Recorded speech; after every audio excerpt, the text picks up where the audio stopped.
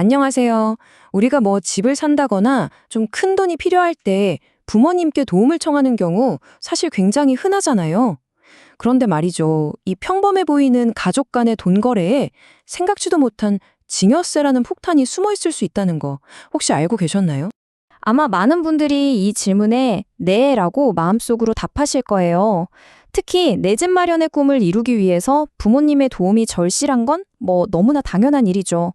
근데 바로 이 고마운 도움에 세무 당국의 아주 날카로운 시선이 향한다는 점, 여기서부터 모든 문제가 시작되는 겁니다. 네, 바로 이게 핵심입니다. 세무당국의 기본 입장은 가족끼리 오고 가는 돈은 대가 없는 선물, 즉 증여다라고 보는 거예요. 우리가 아무리 이거 빌린 돈이에요 라고 주장을 해도 그쪽에서는 일단 세금부터 계산하려고 한다는 거죠. 자, 그럼 이 세금 문제를 도대체 어떻게 피할 수 있을까요? 모든 해답은요, 이 돈의 성격을 우리가 어떻게 규정하느냐에 달려 있습니다. 이건 그냥 받은 선물인가? 아니면 나중에 꼭 갚아야 할 대출인가? 그 차이를 명확히 하는 것부터 한번 시작해 보겠습니다. 여기 보시면 딱 정리가 되는데요. 증여는 갚을 의무가 없는 대신에 증여세를 내야 하고, 차용, 그러니까 대출은 반드시 갚아야 하는 대신에 세금을 피할 수 있는 길을 열어주는 거죠. 우리의 목표는 명확합니다. 이 거래가 세금 없는 차용이라는 걸 명백하게 증명하는 것, 바로 이겁니다. 좋습니다. 그럼 지금부터가 진짜 중요한데요. 세금 없이 돈을 빌릴 수 있게 해주는 아주 핵심적인 규칙을 파헤쳐 보겠습니다. 이 부분만 제대로 이해하셔도 정말 수백, 수천만 원의 세금을 아끼실 수 있습니다. 이 세금 없는 대출 한도를 계산하려면요, 먼저 법정 이자율이라는 개념을 알아야 돼요. 이건 뭐냐면 세법에서 가족끼리 돈 빌려줄 땐 최소한 이 정도 이자는 받아야 정상적인 거래로 인정해줄게 하고 딱 정해놓은 기준금리라고 생각하시면 쉽습니다.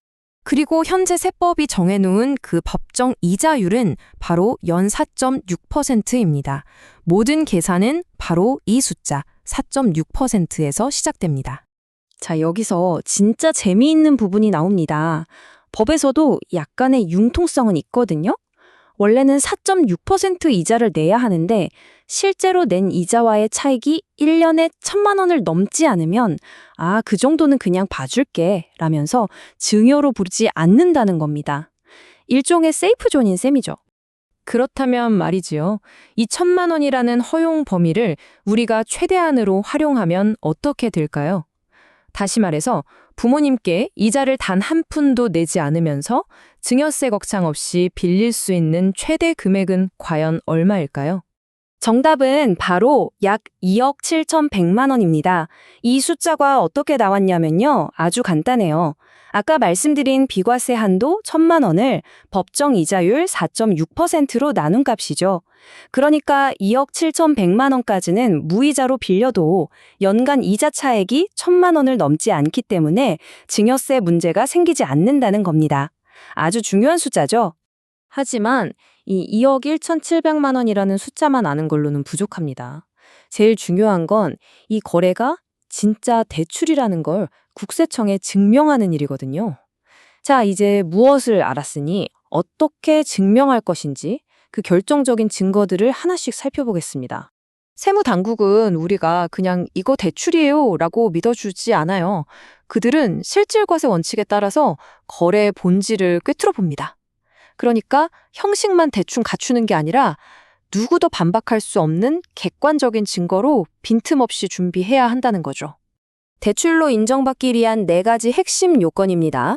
자, 첫째, 원금, 이자, 상환 기간이 명시된 공식적인 차용증이 있어야 하고요. 둘째, 모든 돈은 절대 현금으로 주면 안 되고 기록이 남는 계좌이체로 해야 합니다. 셋째, 빌린 사람이 갚을 능력이 있다는 걸 소득으로 증명해야 하고요. 이걸 상환 능력이라고 하죠. 마지막으로 약속한 대로 꼬박꼬박 원금과 이자를 갚아나가는 계약 이행이 필요합니다. 이 4가지가 모두 충족되어야 안전합니다. 자, 이제 이론은 알았으니까 실전으로 한번 들어가 볼까요? 특히 부동산 구매를 계획하고 계신 분들이라면 지금부터 나오는 가이드에 꼭 주목해 주시기 바랍니다. 우리가 지금까지 이야기한 이 모든 증빙 자료들이 언제 가장 중요해지냐면 바로 자금 조달 계획서를 제출할 때입니다. 구청에서 이 돈 어디서 났어요? 라고 물어볼 때, 네, 부모님께 합법적으로 빌렸습니다. 여기 증거가 전부 있습니다. 라고 당당하게 말할 수 있어야 하는 거죠.